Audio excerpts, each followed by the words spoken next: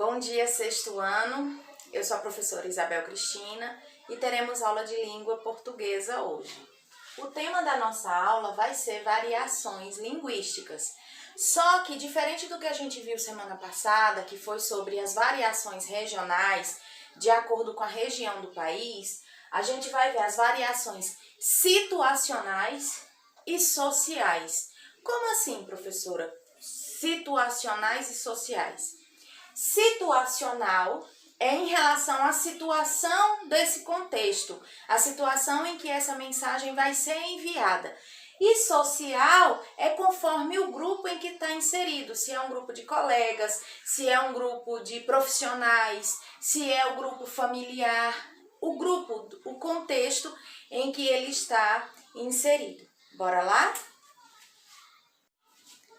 Pronto, pessoal, no instalar de dedos eu já montei o esquema aqui para poder explicar a comunicação situacional, a variedade situacional, que vai depender da situação. Para a gente entender, a comunicação é o ato de transmitir e receber mensagem. A gente utiliza a linguagem adequada para que essa comunicação, para que essa mensagem seja enviada com sucesso e seja recebida com sucesso também. Por isso que ela se adequa à situação. Se eu chego numa festa de aniversário, eu vou chegar utilizando as interjeições de parabéns, feliz aniversário, muitos anos de vida, tudo de bom para você. Numa festa, numa alegria, chego dançando, chego pulando. Agora, se eu vou a um velório, eu modifico a interjeição, eu modifico o meu semblante, ou seja, meus pêsames, meus sentimentos, sinto muito. Muitas vezes eu estou chorando, de acordo, dependendo da proximidade com a pessoa que tenha morrido. Então, toda a situação muda, essa comunicação também vai mudar. Neste momento que eu estou falando para vocês sobre essa aula, eu estou utilizando de maneira escrita, na escrita, eu coloquei somente linguagem verbal. Vejam que embora tenha as setas, predomina a linguagem verbal, as palavras. Na oralidade, ou seja, na comunicação falada, na mensagem falada, eu estou utilizando uma linguagem mista. Como assim, professora? A senhora não está desenhando, mas estou gesticulando. E esses gestos, eles dizem muito na nossa comunicação e auxiliam no sucesso do envio dessa mensagem e na recepção da mensagem. Como eu estou falando, explicando, eu sou a emissora, eu estou enviando, mandando a mensagem. E vocês que estão ouvindo e lendo são os receptores. Então, a gente viu que essa comunicação vai depender da situação também. Essa situação, ela é dada a gente sem querer, inconscientemente, não é que a gente para dizer, não, peraí que a situação, não. É inconsciente, de maneira inconsciente. A gente reconhece o contexto em que está inserido, certo? Todo o contexto ao redor, tudo que forma essa situação para esse discurso, como foi o exemplo do aniversário e do velório. A gente imediatamente já percebe que aquele contexto vai fazer com que eu utilize uma linguagem adequada. A minha linguagem vai variar, inclusive no tom. Também compete, por exemplo, se a gente está em casa, a gente está no trabalho ou está na escola, numa palestra.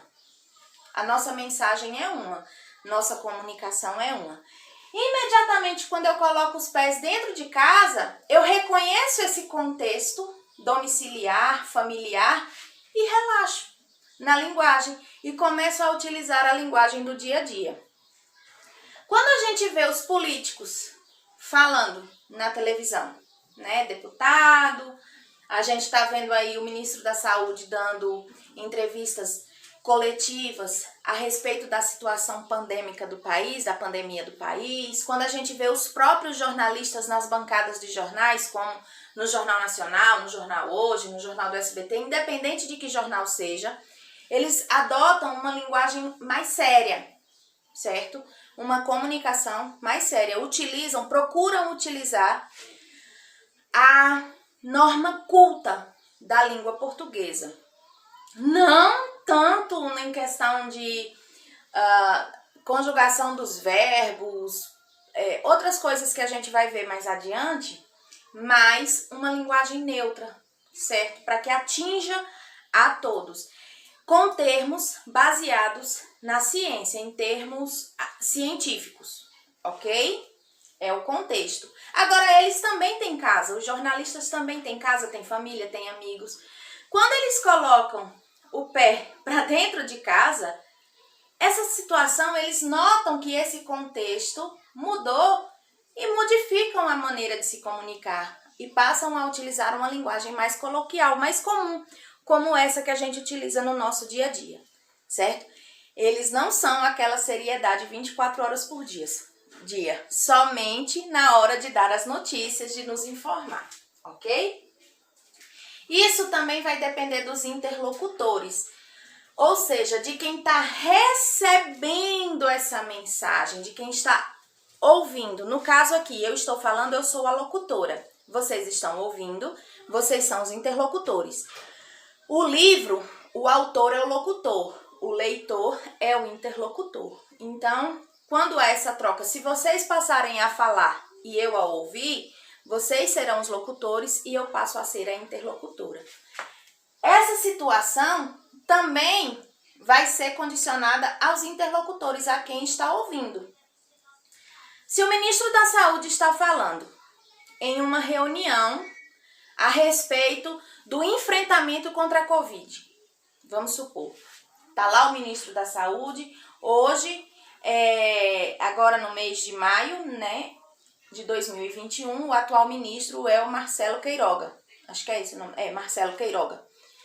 E então, quando ele está num comitê, está numa reunião, seus interlocutores são os técnicos, são médicos, profissionais da saúde, que estão atentos a observar quais são as ações que serão tomadas para o enfrentamento e auxílio à população. Então, ele utiliza os termos técnicos lá entre os médicos e assim por diante. Quando o Marcelo Queiroga vai à televisão para transmitir um comunicado para a população, esses interlocutores deixaram de ser os técnicos e passa a ser a população em geral. Então, ele simplifica essas palavras que são utilizadas no meio da saúde, no meio técnico, no meio médico, e simplifica para que as pessoas possam compreender. Mas, como é um informativo, como é um comunicado oficial que vem por meio do governo, ele ainda utiliza uma linguagem formal. Ele simplifica os termos, deixa de utilizar os termos técnicos, como palavras científicas, nomes científicos e assim por diante. Simplifica as palavras, mas o seu posicionamento e a sua linguagem continua sendo formal. Por quê? A intenção é mostrar seriedade e dar credibilidade ao que ele está falando, para que as pessoas compreendam a seriedade do que está acontecendo. Quando esse público passa a ser um público de crianças, vamos supor, eu fiz parte desses interlocutores que o ministro da Saúde falou no comunicado, eu compreendi. Mas quando eu vou repassar para os meus alunos, que têm a faixa etária entre 12, mais ou menos de 12, 13 anos, quando eu vou repassar esse informativo para minha filha, esse interlocutor mudou. Eu tenho a intenção de comunicar, mas a minha linguagem vai variar porque a situação mudou. Se os interlocutores mudaram, a situação também mudou e eu preciso simplificar. Então, quando a gente observa, não falamos de uma maneira só com todo mundo. Nós modificamos. Já pensou eu conversar dessa mesma maneira que eu estou conversando com vocês com o meu sobrinho de 1 ano e 3 meses? Ele não vai nem me dar ouvido, ele vai sair correndo. Com ele eu tenho que utilizar uma linguagem mais lúdica, mais de brincadeira, até o tom da voz tem que ser modificado. Se a minha filha vem perguntar a respeito do coronavírus, ela tem 7 anos, eu tenho que também me adequar à situação, ao contexto, porque a interlocutora é pequena, com vocês da mesma forma. Por exemplo, eu estou dando essa aula para vocês de variação situacional. Vocês estão no 6º ano. Eu estou simplificando até a maneira com que eu falo, o tipo de palavra que eu utilizo, do que se eu estivesse num curso de pós-graduação, falando com alunos que já terminaram a faculdade e estão se especializando. Com eles eu utilizaria palavras mais técnicas. Dentre o meio dos advogados, por exemplo, eles utilizam termos, entre eles, no júri, que não utilizam aqui fora, não utilizam na casa deles. Quando a gente assiste um júri, por exemplo, a forma de comunicação entre juízes, promotores, advogados, juristas, seja por quem for, é uma. Mas cada um, quando chega em casa, relaxam e vão falar de maneira mais tranquila, porque a situação mudou, o contexto mudou. Entenderam? Então, a comunicação, ela varia conforme a situação, conforme o contexto em que está sendo feita, a intenção dela e os interlocutores. Se eu estou entre os meus amigos, no momento de descontração, a situação, um encontro com os amigos, certo? O contexto é de descontração, de brincadeira, contar novidade, só depois da pandemia, depois que acabar a pandemia. Os interlocutores são meus amigos. A minha intenção é fazê-los rir. Então eu vou contar piada, vou contar histórias engraçadas, vou narrar acontecimentos da minha vida de maneira bem tranquila. Variou. Agora, se eu estou fazendo uma palestra, a situação é um congresso, né, onde tenha palestrantes. O contexto é a palestra em que eu estou falando para o público. Eu estou lá na tribuna, que é o palco, com o microfone, para falar para centenas de pessoas, por exemplo, para 150 pessoas. Os interlocutores são essas pessoas que foram assistir a palestra. A intenção é dar um informativo, explanar a respeito de um tema. Aí essa linguagem tem que ser mais de acordo com a forma culta da língua portuguesa, mais padronizada. Seria mais ou menos isso, certo? Agora, nós vamos para as variações sociais. Pronto. Falando ainda em comunicação e essa variação, a gente vai para a variação social. Como eu disse, quando a gente lida com outras pessoas, que a gente interage com outras pessoas, a gente precisa da comunicação oral, escrita, formal ou informal. Essa comunicação aqui, social, ela diz respeito ao grupo histórico-cultural a que eu faço parte. Todo núcleo a que a gente pertence é uma sociedade. Por exemplo, nosso núcleo familiar, com quem a gente convive em casa, certo? Pai, mãe, avô, avó, irmão, tio, tia, seja com quem a gente mora em casa, é um núcleo social. Então, é uma pequena sociedade, a gente está se socializando. A gente utiliza um tipo de comunicação. Até uma brincadeira, por exemplo, meu nome é Isabel, certo? O meu irmão me chama de Belita. É um jeito que ele tem. Tanto é que quando ele me chama de Belita, eu digo que você está querendo alguma coisa. Porque ele me chama normalmente de Bel. Mas ele me apelida de Belita quando ele quer alguma coisa. Então eu reconheço. Veja que essa comunicação social, só ele me chama de Belita. É uma variedade social. Nós somos irmãos. As pessoas mais próximas a mim me chamam de Bel. Minha irmã me chama de Isa. Algumas pessoas me chamam de Bebel, de quando eu era pequena, né? Algumas pessoas mais velhas, alguns vizinhos me chamam de Bebel. Mas são pessoas próximas a mim, que têm uma relação de amizade, de maior intimidade, então me chamam de Bel ou de Bebel. A minha filha me chama de mãe, certo? O meu marido me chama de meu bem. Então, essas relações sociais, elas vão variar de acordo com quem eu estou lidando, certo? Com quem eu estou fazendo essa comunicação. Quando eu era aluna, certo? Quando eu fazia faculdade, que eu estava na escola, me chamavam de Isabel, com maior seriedade. Meus alunos me chamam de professora. É o contexto em que está inserido. Veja que modificou, eu sou a mesma pessoa, mas em cada situação eu recebi um nome diferente, fui chamada de uma maneira diferente. E isso é variação conforme o meio social em que está inserido, o meio em que eu estou fazendo parte ali no meio, certo?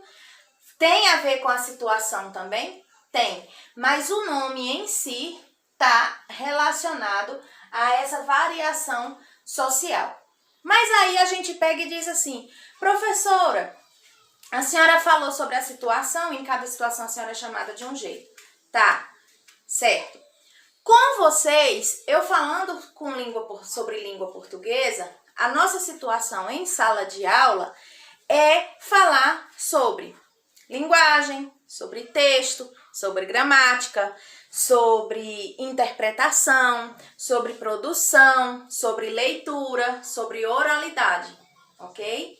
Em sala de aula, quando você está em sala de aula, na aula de língua portuguesa.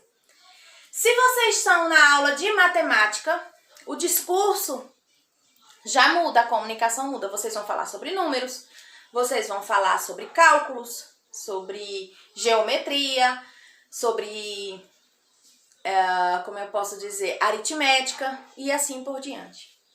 Se está num grupo de médicos, o meio social dos médicos vão utilizar linguagens de medicina. CRM, que é o Código Regional, Cadastro Regional de Medicina. CID, que é o Código Internacional de Doenças. Vão utilizar sobre termos como saturação, como... eu esqueci agora o nome, que quando dá ponto, eu esqueci totalmente. Mas são termos ligados dentro da medicina, que não utiliza no meio comum, é o meio social deles. Dei o exemplo dos advogados, certo? Eles conversando entre eles, tipo, se eles vão almoçar, eles têm o tipo de linguagem deles. Se vocês visitarem a sala dos professores, no momento em que tiver uma reunião de professores, vocês vão escutar a gente falando sobre desempenho escolar, BNCC, projeto político-pedagógico, sobre descritores, sobre as habilidades, sobre lei de diretrizes e bases. Para vocês não vão conseguir entender, mas no grupo de professores, entende-se. Por quê? É uma linguagem pertencente ao grupo de professores. Eu dei o exemplo sobre falar em família.